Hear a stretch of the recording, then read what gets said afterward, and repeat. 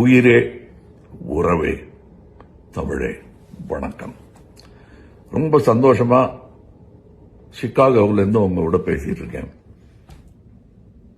என்ன சந்தோஷம்னா, நான் எங்கிருந்தாலும் நான் விரும்பும் நற்பணியை நடத்துவதற்கு என் தோழர்கள், என் தம்பிகள் இருக்கிறார்கள் என்பதை நினைக்கும் போது ரொம்ப சந்தோஷமா இருக்கு.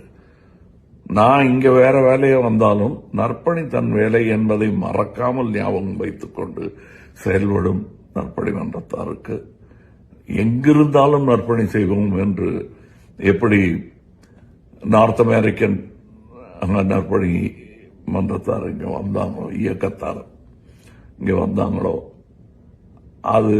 அது மாதிரி இன்னும் நிறைய பேர் வரணும். ஒவ்வொரு இடத்துலையும் நற்பணி இயக்கம் புதிய இயக்கமாக தோன்ற வேண்டும். எப்படி நார்த் அமெரிக்கால தோன்றிச்சோ அந்த மாதிரி. இப்ப எனக்கு என்ன சந்தோஷம்னா, மதுரையில மலைச்சாமிபுரத்துல ஒத்தக்கடை மலைச்சாமிபுரத்துல இந்த மாதிரி ஒரு டிஜிட்டல் இதை நார்த் அமெரிக்கன் நற்பணி இயக்கமா ஆரம்பிச்சு கட்டி முடிச்சுட்டாங்க. நான் அங்க அந்த விழாவுக்கு வரும் வாய்ப்பு இல்லாமல் தள்ளி தள்ளி போயிட்டே இருந்துச்சு.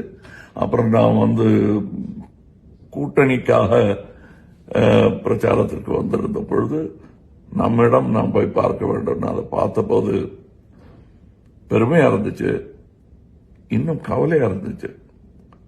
அங்கிருந்த பிள்ளைகள் எப்படி வாய்ப்பு இழந்து இருக்கிறார்கள், வாய்ப்பு கொடுத்தா அவங்க எப்படி மேம்படுவார்கள் என்பதெல்லாம் எனக்கு புரிந்தது. அன்றே பேசும்போது நான் சொன்னேன், நீங்க ஒரு லைப்ரரி கட்டுங்க, நான் ஒரு லைப்ரரி கட்டுறேன் அப்படின்னு. நமக்குள்ள நீங்க ஒண்ணு கட்டினா நானும் ஒண்ணு கட்டுவேன் அப்படின்னு ஒரு போட்டியை ஏற்படுத்தினேன். அந்த போட்டியை உடனே சந்திக்க வேண்டி வரும் என்று நான் நினைக்கவில்லை. மறுபடியும் நார்த் அமெரிக்கன் நற்பணி இயக்கத்தாரும் இங்கே நற்பணி இயக்கத்தாரும் சேர்ந்து பிரமாமா பண்ணியிருக்காங்க. அந்த பெருமையை உங்களுடன் பகிர்ந்து கொள்ள எனக்கு ஆசை. அதனால்தான் இப்ப பேசுறேன் உங்க கூட. அருப்புக்கோட்டை கல்லூரணி கிராமத்தில் நாம் சொன்னேன் இல்லையா, அதுக்கு ஆரம்பிச்சுட்டாங்க போட்டியா. ஒண்ணு அவங்க செஞ்சிருக்காங்க. ரொம்ப சந்தோஷமா இருந்தது. முக்கியமா கல்லூரணி மக்கள் நாங்க சொல்லி புரிய வைக்க வேண்டிய அவசியம் இல்லாமல், இது ஒரு தேவை, இதற்கு உதவி செய்ய யாரோ ஒரு கூட்டம் வருகிறது, அவர்களுக்கு நாம் ஆதரவு தர வேண்டும் என்று முடிவு செய்ததனால்தான் இன்று இந்த படிப்பகம் இங்கே இருக்கிறது. எங்களுக்கு முன்னால் தங்கள் தேவைகளை புரிந்து கொண்டு அவர்களுக்கு உதவத்தான் நாங்கள் வருகிறோம், நேர்மையாக வருகிறோம் என்பதை புரிந்து கொண்டு எங்களை ஆதரித்த மலைச்சாமிபுரத்துக்காரங்களுக்கும் சரி, கல்லூரிக்காரங்களுக்கும் சரி நன்றி. இன்னொரு ஊருக்கும் நன்றி சொல்ல வேண்டி இருக்கிறது. அதாவது இப்ப நீங்க ஒண்ணு பண்ணா நான் ஒண்ணு பண்ணுவேன்னு சொன்னேன் இல்லையா, அந்த போட்டியின் ஆரம்பமாக ராமநாதபுரம் நான் பிறந்த இடமா தான் எல்லாரும் பரமக்குடின்னு நம்பிட்டு இருக்காங்க. அது ஒரு நம்பிக்கை. ராமநாதபுரத்தில் நான் பிறந்த ஊரான ராமநாதபுரம் மாவட்டத்தில் இருக்கும் பரமக்குடி வேந்தோணியில் இன்னொரு படிப்பகம் அமைத்திருக்கிறோம். இதுக்கு பணம் எங்க இருந்து வந்ததுன்னா, எங்கிட்ட இருந்து வருது, நார்த் அமெரிக்கால இருந்து வருது. ஆனா அது பெரிய விஷயமே கிடையாது. இன்றைய தேதியில நாங்கள் செலவு பண்ண பணத்தை இன்னும் ஒரு 50 வருஷம் கழிச்சு கணக்கு போட்டு பார்த்தோம்னா, இதனால் விளைந்த பயனுக்கு இது செலவே இல்லை அப்படின்னு தான் தோணும். அப்படித்தான் இது இருக்கும். இதிலிருந்து புறப்பட போகும்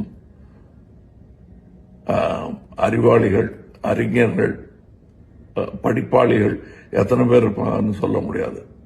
ஏன்னா படிப்பதற்கு 10 பேர் வந்தா போதுங்க. நான் இல்ல, தமிழ்நாடே ஜெயிச்ச மாதிரி அர்த்தம். இவங்களுக்கெல்லாம் நான் ஒன்னே ஒன்று சொல்லிக்க விரும்புறேன். ஏன்னா இவங்க தான் எதிர்காலம். கிராமத்திலிருந்து பசியோட தாகத்தோட கிடைச்ச தகவல்களை எல்லாம் பெற்றுக்கொண்டு அதிலிருந்து அவங்க கெட்டிக்காரத்தனம் வெளிப்படுது. பல விஷயங்கள், ஸ்போர்ட்ஸ் ஆகட்டும், படிப்பாகட்டும், கணிதமாகட்டும், சயின்ஸ் ஆகட்டும், எங்கேயுமே அவர்களுக்கு வாய்ப்பு குறைவாக இருப்பதாகவே நான் நம்புகிறேன். முன்பு இருந்ததை விட, முன்புனா நம்மை ஆள வந்தவர்கள் ஆண்ட காலத்தில் இருந்ததை விட கம்மியா இருக்கு. அது ஒரு விமர்சனம் தானே தவிர இதை விட மோசமாக இருந்தது என்பதுதான் உண்மை. சரி, அது ஒரு புறம் இருக்க. இங்கே மலைச்சமயபுரத்து பிள்ளைகள், கல்லூரணி, வேந்தோணி லைப்ரரியில் படிக்கிற பிள்ளைகளுக்கெல்லாம் நாம் சொல்ல வேண்டிய ஒரு விஷயம், என் குடும்பத்தோடு பேசும் ஒரு விஷயம், நற்பணி இயக்கத்தாருக்கும் அது பொருந்தும். பல பேர் இன்னைக்கும் வீட்டை வித்து, சொத்தை வித்து, வயலை வித்து, மாட்டை வித்து படிக்க வர்றாங்க, படிச்சுன்றாங்க. ஆனா வேலைக்கு போகும்போது படிப்பு டிகிரிலாம் இருக்கு தம்பி, ஆனா நீங்க இந்த வேலைக்கு தகுதி இல்லை அப்படிங்கிறாங்க. பலவிதமான ஆய்வுகளுக்கு பிறகுதான் அந்த முடிவுக்கு வராங்கன்னு வச்சுக்கோங்க. அதுக்கு காரணம் என்னங்கிறது பார்க்கிறோம். வெறும் கல்விங்கிறது இவங்க சொல்லிக் கொடுக்கிற கல்வி மட்டுமே போதாது. உங்கள் மனமும் திறந்திருக்க வேண்டும். ஒரு திறன் மேம்பாடு நீங்கள் செய்ய வேண்டும். திறன் மேம்பாடு யார் கைவிட்டாலும், பணம் கைவிட்டாலும், பந்தம் கைவிட்டாலும் கைவிடாத ஒன்று உங்கள் திறன், நீங்கள் வளர்த்து கொண்ட திறன். அதுக்கு ஒரு சின்ன உதாரணம் நானே. அதை நீங்கள் வளர்த்துக் கொள்ள வேண்டும். கல்வி என்பது குறிப்பிட்ட ஒரு வரையறைக்குள் அடைக்க முடியாத விஷயம். நீங்கள் எல்லா தகவலையும் பெற வேண்டும். தகவல் பெறும் உரிமை அப்படின்னு சொல்றாங்க. நாம் தகவல் பெறுவது நம் கடமை. அதை எப்படியெல்லாம் பெற வேண்டுமோ அதை அப்படியெல்லாம் வளைந்து நெளிந்து அதை பெற வேண்டியது, பெற்றுவிட்டால் அது நம் திறமை. அதை நீங்கள் செய்ய வேண்டும்.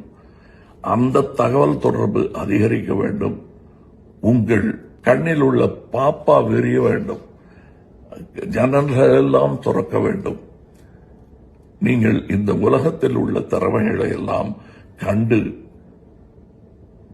வியத்தலும் இல்லாமல், இகழுதலும் இல்லாமல் உங்கள் வாழ்வை அமைத்துக் கொள்ள வேண்டும் என்பதுதான் என்னுடைய ஆசை.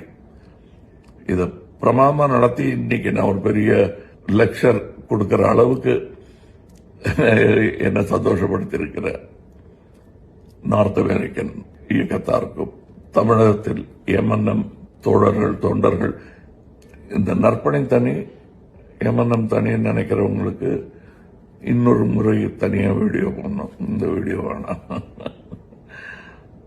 மற்றவர்களுக்கு என் வாழ்த்துக்கள். நாளைய தலைவர்கள் இந்த லைப்ரரியிலிருந்து படிச்சுட்டு வந்தால் அதற்கு நாங்கள் பெருமைப்படுவோம். வணக்கம்.